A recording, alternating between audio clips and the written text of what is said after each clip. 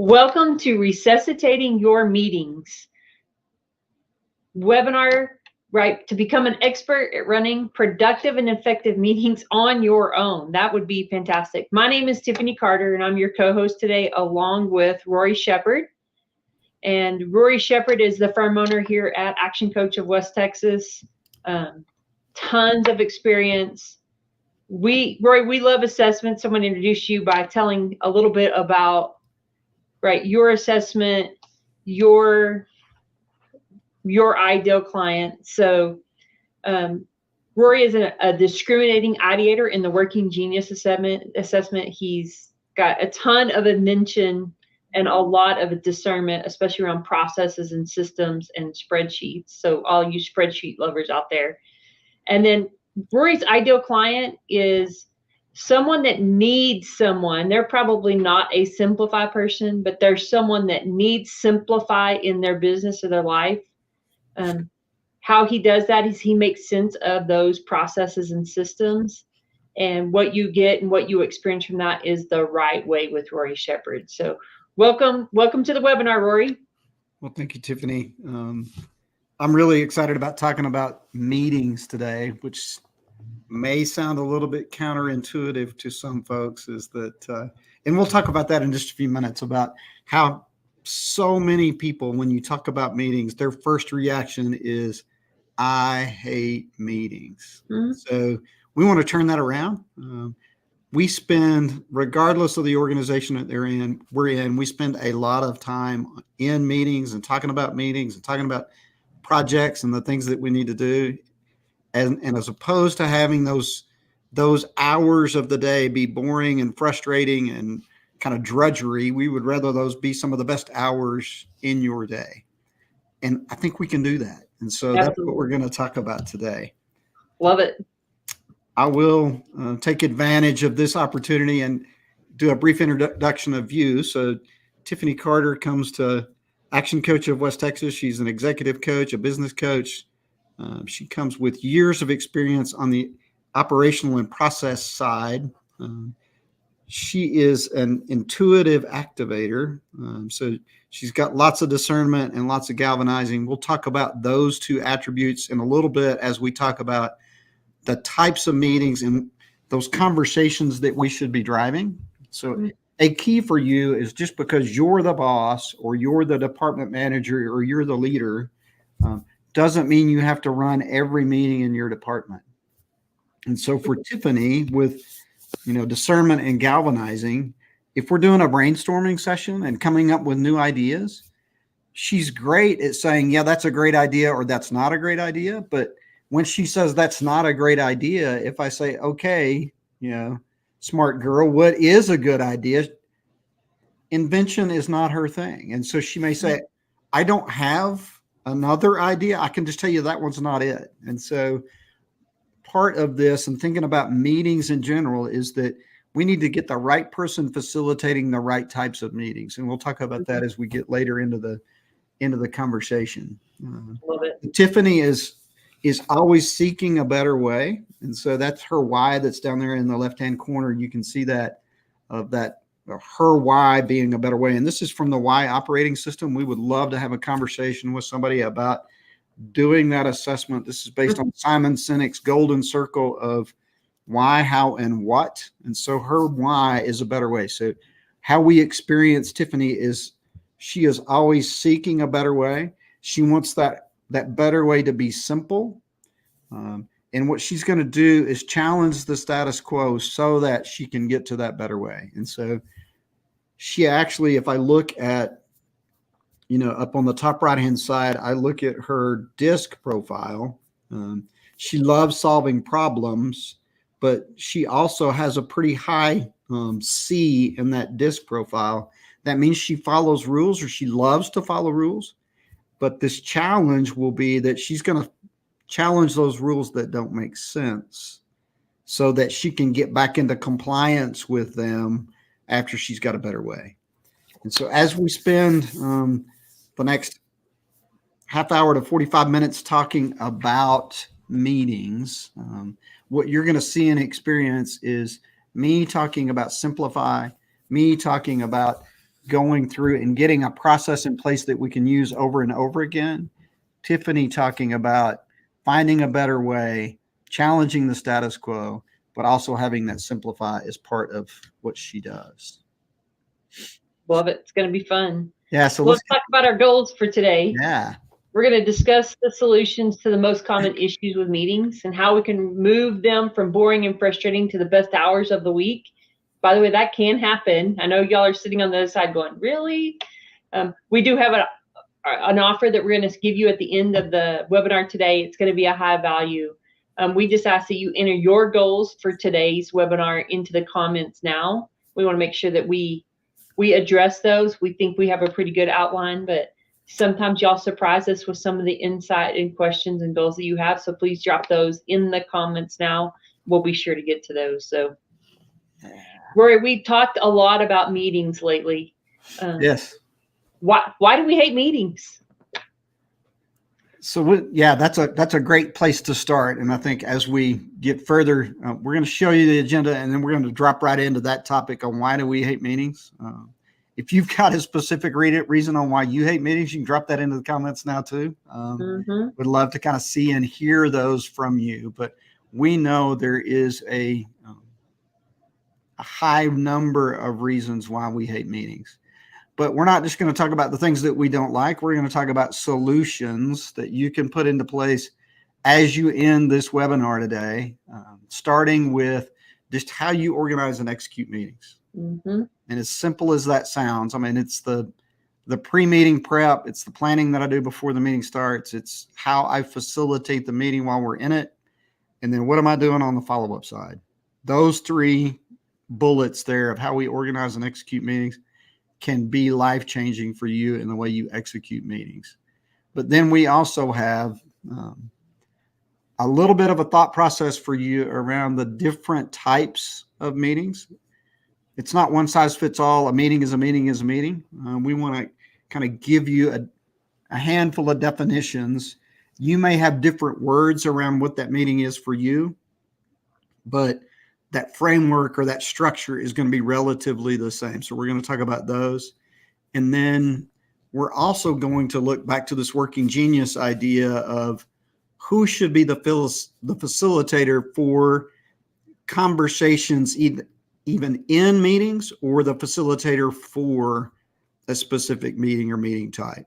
And so those three kind of key bullets of how you organize and execute meetings, determining that, or kind of defining those different types of meetings, and then determining who should lead different conversations, either facilitating the full meeting or having breakout kind of components of a meeting based on their working genius, can be life-changing for you and how you run and structure your meetings moving forward. And then as Tiffany said, we do have an offer at the end that we think is super high value. Part of the thing that we do know is that we complain about meetings. We have conversations about meetings and say, I wish I could get better. And I can read books. I can find things on YouTube. But when then I go in and implement it, it doesn't feel right, or it doesn't have the intended impact. And so we've got some offers and some conversations that we can have with you and your team to move that forward for you. Love it. So why do we hate meetings? So you can kind of look at this list. We actually had a conversation on Monday with the guys on the chat with KGNC. So David and Chuck and Rhonda talking about this very topic of why we hate meetings. And man, we went right straight all the way through these and, a minute or less of meetings are boring. Meetings are repetitive. We have the same meeting every week and we don't ever talk about anything new. There's poor facilitation. Objectives are unclear. Or we go to those meetings and they're either, this says dominated by side conversations, or it could be that nobody's paying attention because they're on their phone or on their laptop. Poor preparation, execution, and follow through. And then meetings take too long. Nature abhors a vacuum. So if we set a meeting for an hour or we set a meeting for 90 minutes, somehow it fills that time, even though we could have been done in 27 minutes. We stay 90, right? And so these are some of the most common reasons. But Tiffany, I would ask you, is there something that you would add to this list?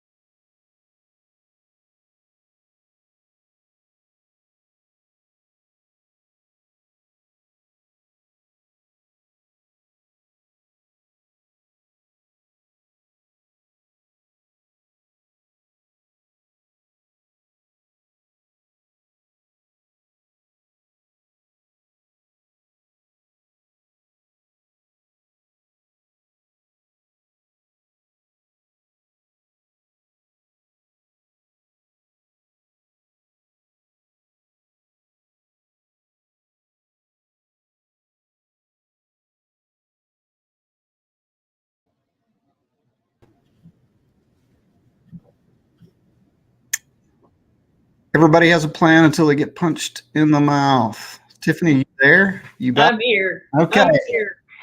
So where we lost ourselves there was, I was asking you the question. This is a good list, but do you have any other reasons why you hate meetings? I mean, I think it's back to the same common theme I've heard for years is it could have been an email, and I'll even change it, right? It could have been a text message. Doesn't need to be a 90-minute meeting. The other thing for me is most people you will see, my experience at least has been that we schedule it for an hour because that seems somehow someone down the road said that's the magic time frame for a meeting. Therefore, like you said earlier, right, we just string along and we fill it. Nobody said it has to be an hour. Right. And so those are some of my frustrations. And then, back to what you said earlier, who needs to be in it? If I don't need to be in it, you can send me a recap, please do. Right. Right. Yeah, I think that's not on this list. So those are great additions to this it could have been an email, could have been a text, how long those meetings are, which we do have on this list. And then that third one of, I didn't need to be the meeting. And sometimes and we'll talk about this in a few minutes, but we invite people to a meeting because we feel like their feelings would be hurt if we didn't invite them. Right. And most of the time their feelings are hurt because we did invite them and it sucks the life out of them for the next 60 to 90 minutes. And we shouldn't do that. So stop inviting me to those meetings. All right. If you've got additional reasons why you hate meetings, drop that in the comment section as well. We would love to add that to our list. But you bet. I am very seldom upset with someone because they didn't include me. Right. Yes. It's not like they didn't include me to come watch the ball game. They cannot include me to a meeting I don't need to attend. Yes, ma'am. Love it. All right. So we're going to go through now the solution side that we talked about and kind of give you those key solutions, those key things that you can do to make your meetings better. And it actually starts before you start the meeting in your pre-meeting preparation. Right. And so I would give you very simple but very powerful tip here on defining the outcome for your meeting, and do that outcome as a noun. So in the form of a noun. So something tangible, something real, something the team will be able to say, yes, we met that objective or not. So things like, at the end of the meeting, we're going to have an action plan. We're going to have a decision. We're going to have a proposal that we can move forward. Those are all great examples of something stated as an outcome.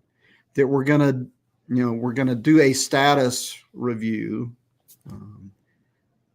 That's not an outcome. That's an activity. So go through and say, for this meeting, what do I have to know that I am done or I met the objective of the meeting in the form of this outcome? I love it. When you first relayed that to me some time ago, it was like, people talk about their life flashed before their eyes during a wreck or something like that. And when you stated that to me, all my previous experience in meetings, mainly the ones that I was facilitating or scheduling, flashed upon my eyes of how much better those meetings could have been just in this one simple change alone. Yes. Right. Yeah. And that should be at the top of your agenda. The objective for this meeting is this. This is what we expect to happen by the end of the meeting. Right. And then based on that outcome, this is what I need to achieve, right? This is the outcome I've got to have. Then who are the attendees that, no kidding, absolutely have to be in the room so that we can make that come true? And man, we're all tempted to put just one more name on the list. And I would tell you that great conversations do not happen with too many people in the room. So there are great conversations I can have with 5 people in the room, but as soon as I get 15 or 25 in the room, the conversation flattens out. It's dead. We start philosophizing, right? We start acting differently when the group is too big. And so, and I think around that too, Rory, is someone that's got great insight, maybe not purposely, but they can hide in that meeting a little bit because maybe they're a natural introvert or they're E.F. Hutton, they're super quiet, but they're not going to say it in front of a large group. Right.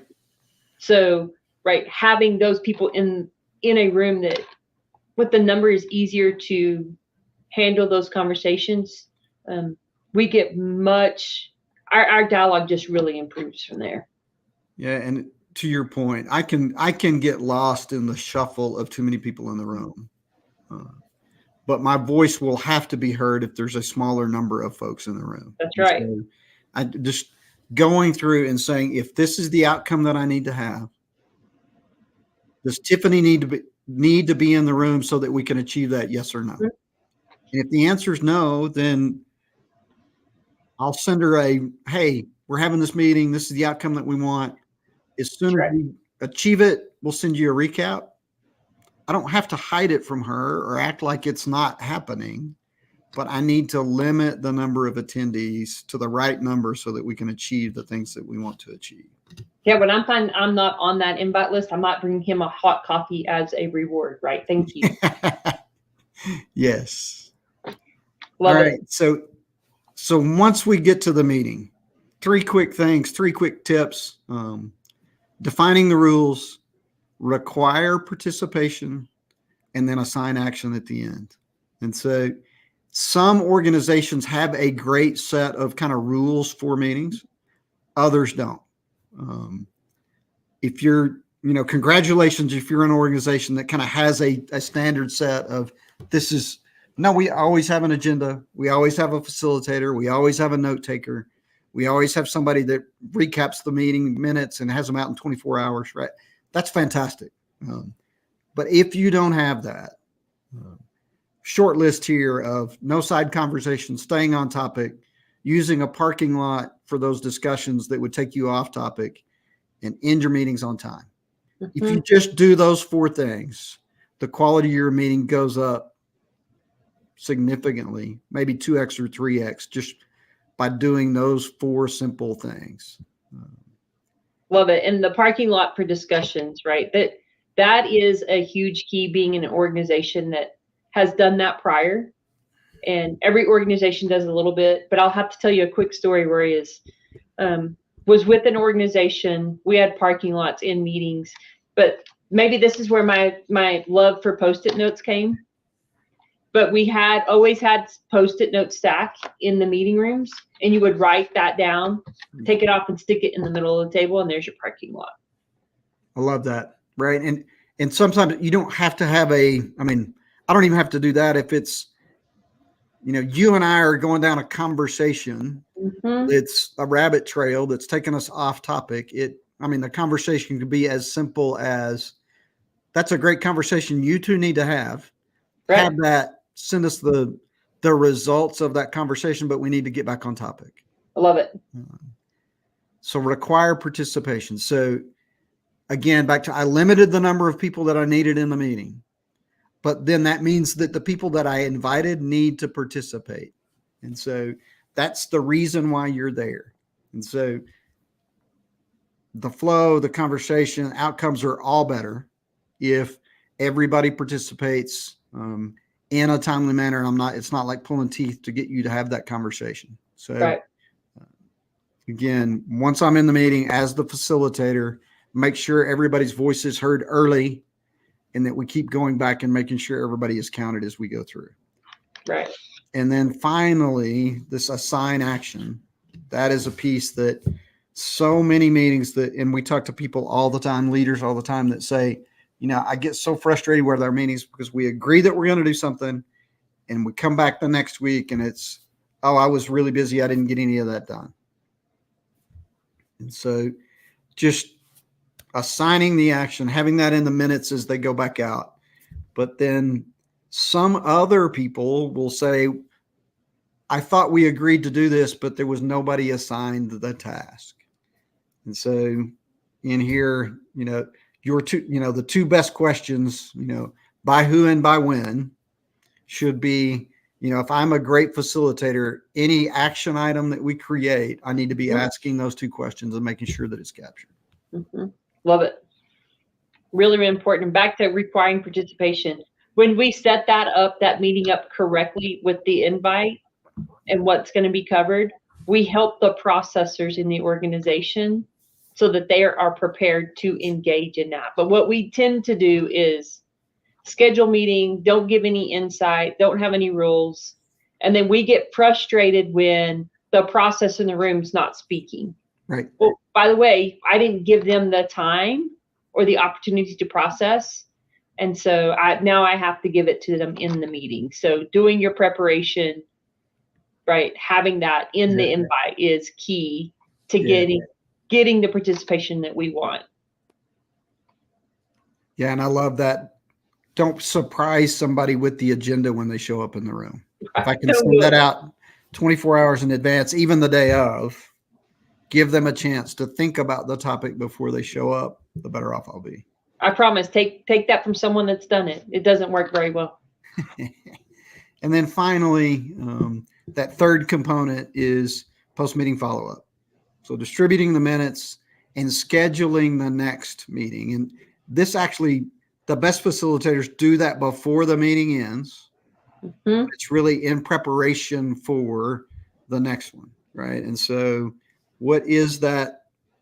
What's the next meeting? And making sure that the action items, the process that we need to go through, people understand that when we get to that next week's meeting, we're going to be talking about the action items that you committed to have done before you get there. And so if I have a meeting, so I apologize, but if I have a meeting that we have 10 action items that are all due next week, I shouldn't schedule the next meeting for a month from now. Right.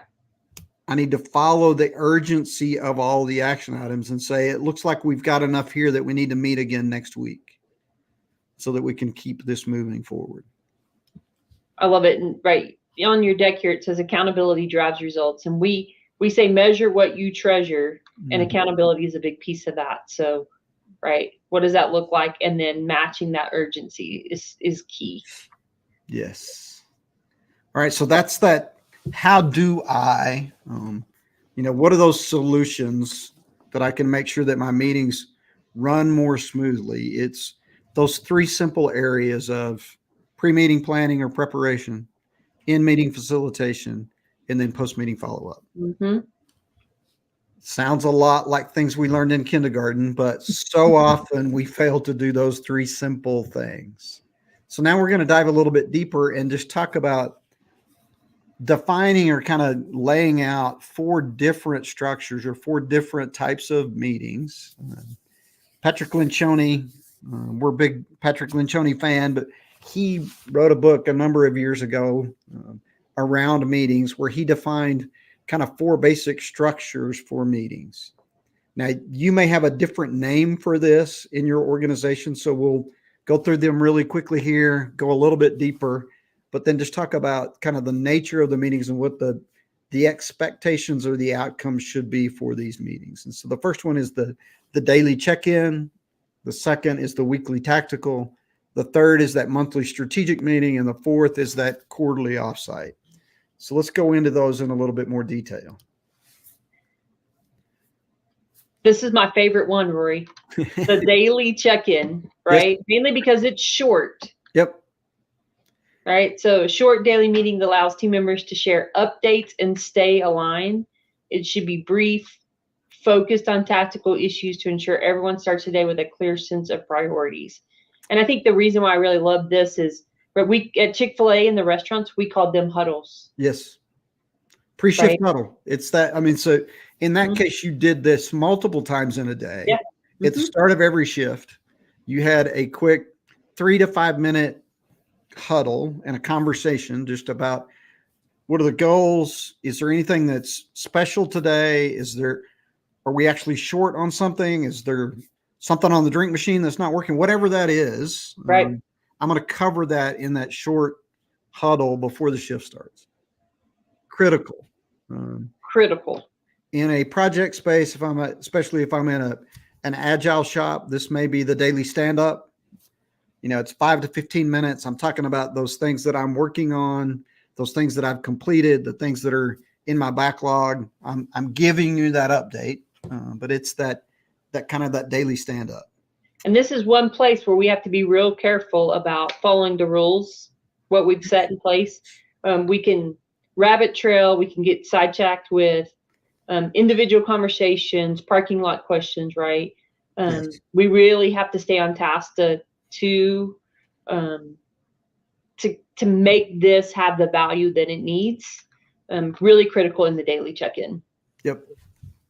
And the power of these meetings, these sessions, is paramount to being successful on the tactical level, on that day-to-day activities. We see this in manufacturing. We see this absolutely in restaurants. We see it with project teams. A lot of application for this daily check-in, daily huddle, daily stand-up. But that's the first meeting. Even great for sales teams. Yes, absolutely. What are you going to go get today? So the second is the weekly tactical meeting. So this is dedicated to addressing those immediate and short-term issues. Some people will call this just my regular status meeting, my team meeting. What is that I do on a weekly basis? I'm going to be talking about problems, updates, progress, longer structured format than the daily stand-up.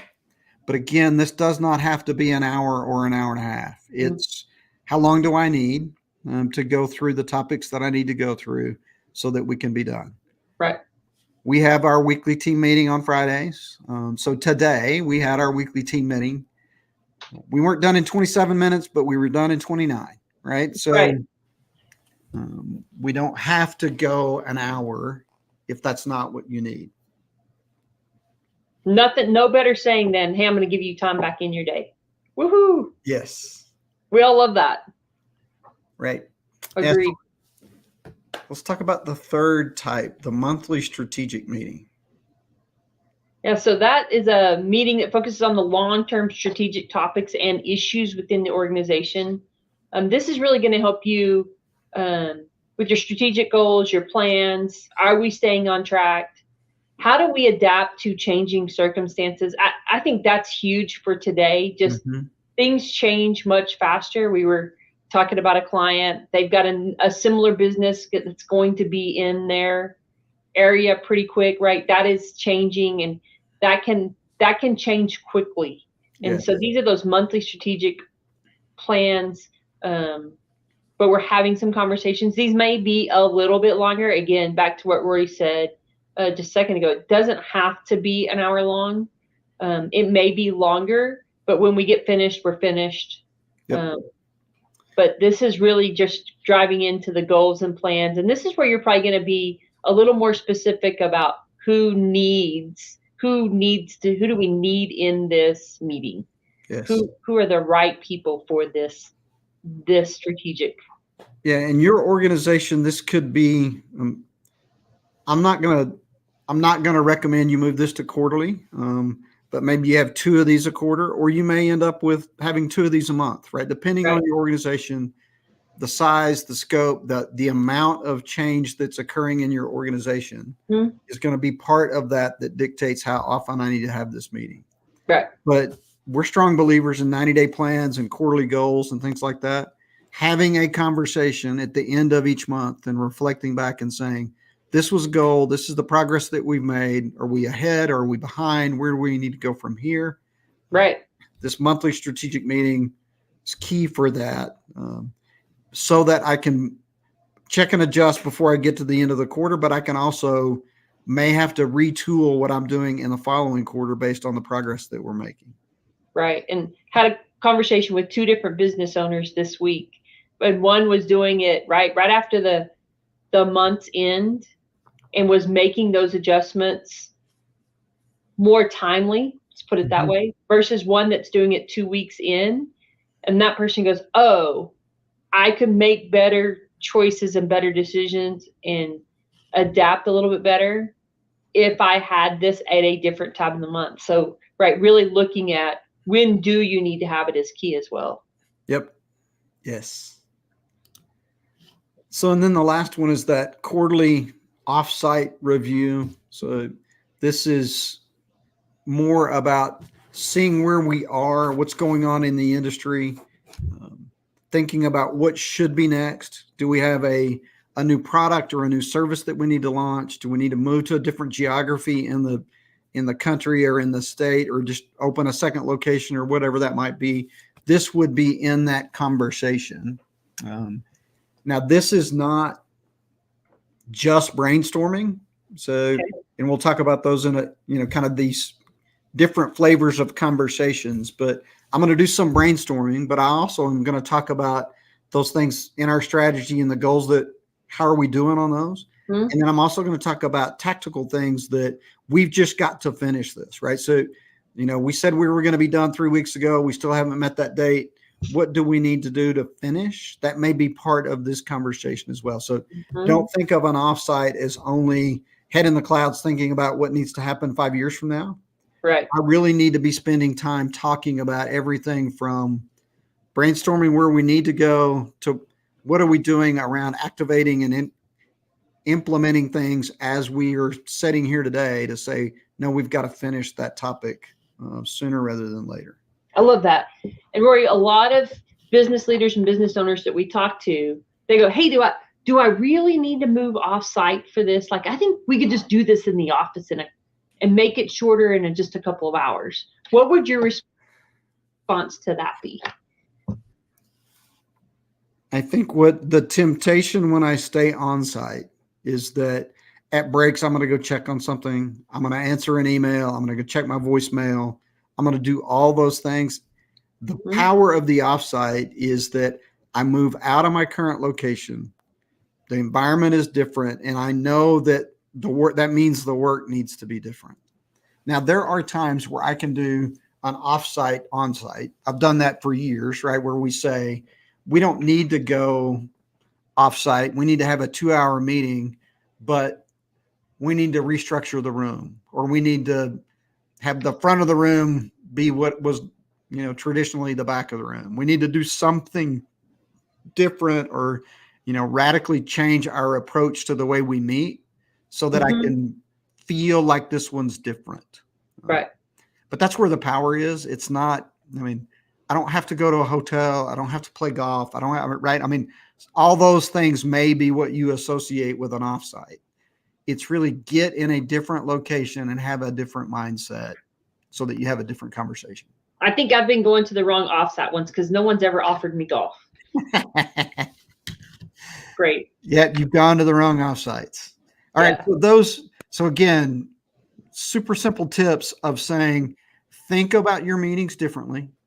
Mm-hmm. And say there's things that are daily check-ins, daily huddles, daily stand-ups. There are those weekly tactical meetings. There's the monthly strategic meetings. There's the quarterly offsite. Any or all those, even that daily check-in, you can do multiple times a day if that's what you need to do, like right. with gifts. So play with that. Don't stay married to the timing that we've got here. It's really more about what's the objective, what's the conversation, what's the focus for those. That's awesome. So the next place we're going to go is just around who should facilitate or be driving those conversations. And to do that, we are going to introduce a model called the Working Genius model that kind of describes the different types of work and how that process flows. And so I want you to walk us through this, and then we will take it and apply it to those different conversations. Would love to. So in the Working Genius model, the first way we get work done is in wonder. And I'm thinking about products, services, those types of things. It's probably the person that, right, was told at some point, stop daydreaming, right, get back to reality. But they're trying to find out, wondering out loud, hopefully not in their inside voice, about how could we get better. And then the next one is the invention. The person with the invention is taking the wonder from someone else, maybe even themselves, but they're starting to create processes and systems, maybe even products, strategies to get the organization better, maybe in their services that they're providing. And then you've got the person with discernment, and Rory described it really well earlier. I may say, yeah, that's not the right solution. Well, what is? I don't know. They probably can't always tell you why it's not the right solution, but they're discerning, is it the right solution? Do we even need this product in the workforce, in the world, right? You've probably walked through a store sometime recently and go, hey, like that's cool, but I don't think anybody's going to ever buy it, right? Someone didn't have discernment on their team. Next one is galvanizing, and the galvanizer is going to be the one that says, by the way, you have to be careful, and I'll call myself out to not galvanize too soon. We need to make sure it's really the direction we want to go, but they're going to tell the team, hey, let's go take that hill. Let's get this system taken care of. Let's get this new app out. And they're really talking to those folks with enablement. And here, enablement's not negative. I'm not talking about an enabler. I'm talking about enablement. And the person with enablement, they're coming up and go, how can I help you get this done? They're the ones in the trenches, behind the scenes person that are doing the work around that project or system. And then you have tenacity. And tenacity, the person with tenacity is like, hey, we've got to get this done. We talked about it in meetings earlier. We've got to get this pushed across the finish line. And they're the ones really just getting the team towards the finish line for that. So we have wonder, invention, discernment, galvanizing, enablement, and tenacity as the 6 gifts and or frustrations to getting work done. Great model. Yes, I agree. And then I would take these and kind of give you 2 additional definitions. And so if I think about the 3 phases of work, ideation, activation, and implementation. So wonder and invention are those 2 activities in that ideation phase. Right. I'm responding to the environment and saying, what questions should I be asking? And then what solutions do I need to be creating? That is the ideation phase. Discernment and galvanizing is around that activation, saying, that's a great idea. Now let's go take that hill. So that's in the activation phase. And then the 3rd phase of implementation is that enablement, and tenacity. So how do I Right. move forward and get that implemented? So that would be one way to look at this model and say there's 3 phases of work: ideation, activation, and implementation. The other way to look at it would be there's really kind of 2 major kind of stages or phases of work, or that kind of, stages of work. And it's wonder, invention, and discernment Mm-hmm. around initiation. So that's creating a solution. And then galvanizing, enablement, and tenacity is around execution. It's around getting things done, getting things implemented. And so you've got phases of work: ideation, activation, implementation. And I've got stages of work, which is initiation and execution. And so now we're going to take this model and then look at types of conversations that I need to be having, either in meetings or in a type of meeting, to say how would that work. In each genius, each working genius, those people that have invention as a genius or have enablement as a genius, they're going to be more excited and more integral to a conversation.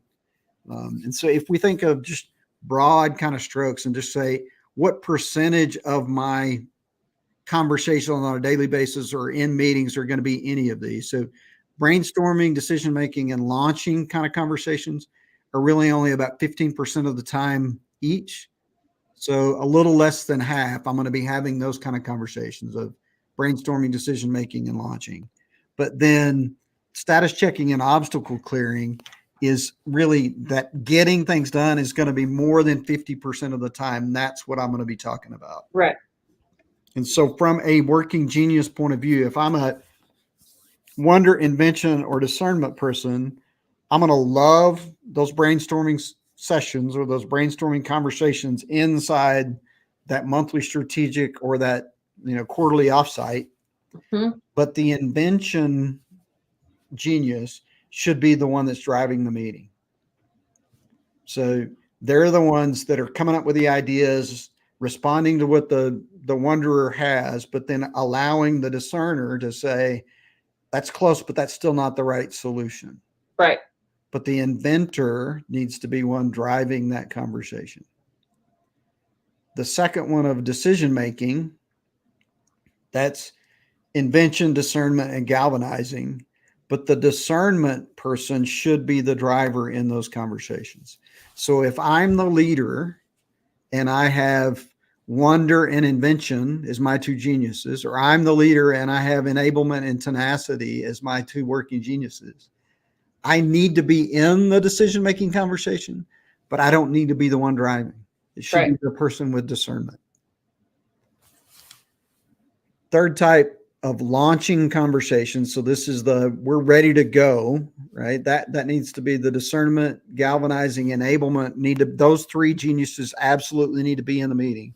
So back to when I'm selecting who should be in the meeting and limiting the participants, I need to make sure that I've got those 3 geniuses in the room. If I know what we're going to talk about is what's the launch date for this new product or this new service.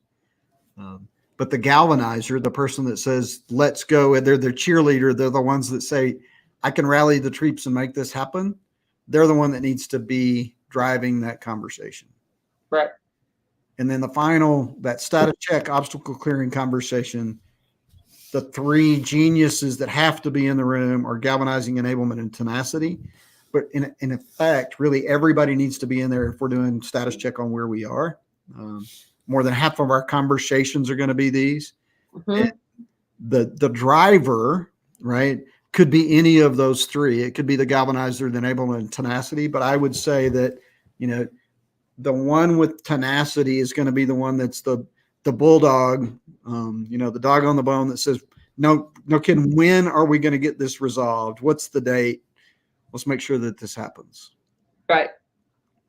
Yeah, and that's great. And I think, right, for all those leaders out there that are watching, if you fall in one of those categories and you have another person, so let's go to brainstorming, and you have another person with invention, you do not have to be the driver of, and I would say it works better sometimes when you speak less. That way, if I have invention, and I throw the idea out there, everybody more than likely, depending on your culture, is going to agree with me. Right. So Joe sitting next to me hasn't mentioned and didn't say anything. Right. So let them speak. You can still facilitate it, but let them speak first. Because you'll get some even better ideas from your team that way. All right. So hopefully you got some good value and some good ideas and some tips around kind of the way you could approach meetings differently and not have them be drudgery or boring or those things that you just can't stand to even think about when you look at your calendar and you go, oh man, I've got 4 meetings today. Right. I'd rather go, oh man, I've got 4 meetings today, because I know the 4 things that are the outcomes that we're going to get from those meetings. And I'm excited to see how this is going to work out. Right. All right. So let's just talk about questions that I may have, or questions that, folks have in the comments around, anything that they heard today or anything just in meetings in general. We've got one here that says, what do I do if I continue to be invited to meetings that I don't think I need to attend or I can't add value to? That's a really great question. It happens all the time. Too frequently. Yeah. So what do you got? What do you think? What do you do? Yeah. So, right. And of course, we look at personality and behavioral sets and communication styles on this, but I may just ask, do you really need me there? I don't feel like I'm adding value, but I could use that time elsewhere. Right. I may just call it out and ask that person when I get the invite. So or I have been known to sit through the meeting to ensure, but then having that conversation afterwards. A common question that follows that is, what if it's my boss that's inviting me to the meeting? Ooh. Right. And so then I feel like I'm put in a spot, right, where my boss says I need to be there. So then what do I do? And I think in that situation, I mean, absolutely, there are techniques, and each individual situation is different, but I could easily go to my boss and say, here are the 3 things that I've got on my list that I know are priority. Would it make more sense for me to work on these 3 things or attend the meeting? And if they say attend the meeting, then I attend the meeting. But at least I gave them the choice to say, here is something that I think is higher value and higher priority than me attending the meeting, but let them choose. Right. And I think that's key or critical. I love that. So another question, what do we do when we truly believe that we got finished in about 25 minutes or 30 minutes, but the meeting drags on and we have other conversations beyond what we thought the topic was for the meeting? Yes. So from some personal experience, would love to hear your thoughts on this as well, Rory, is just asking, is there anything else that needs to be covered on this topic that everyone needs to be engaged with? And just asking that, right? I love that. And I think the more clear we are on that noun version of the outcome for the meeting. So the better I get at that discipline, the better I get at introducing that as the facilitator at the start of the meeting and saying, this is the objective. But then if you're a participant saying, no, I think that wraps it up, right? We've got the plan. We got the decision that we needed. Mm-hmm. I'm excited that we did it in, 17 minutes. I'm getting up and leaving, right? I mean, and if I do that a few times and everybody else sees that there's no negative impacts because there was not anything else that we needed to discuss, right? Then I get the value statement from those. And then those people that need to have the one-off conversations, they actually have time now to do that without having to schedule another meeting. That's right. Yeah. Even better. So then I could say, we've got 30 minutes. Why don't you 2 just stay in the room and knock that out right now? Mm-hmm. Fantastic. Love it. All right. So in the interest of time, if you've got other questions, drop them in the comments. Anything that we get there, we will respond to you either electronically, or if we've got your email address and phone number, we may just pick up the phone and give you a call.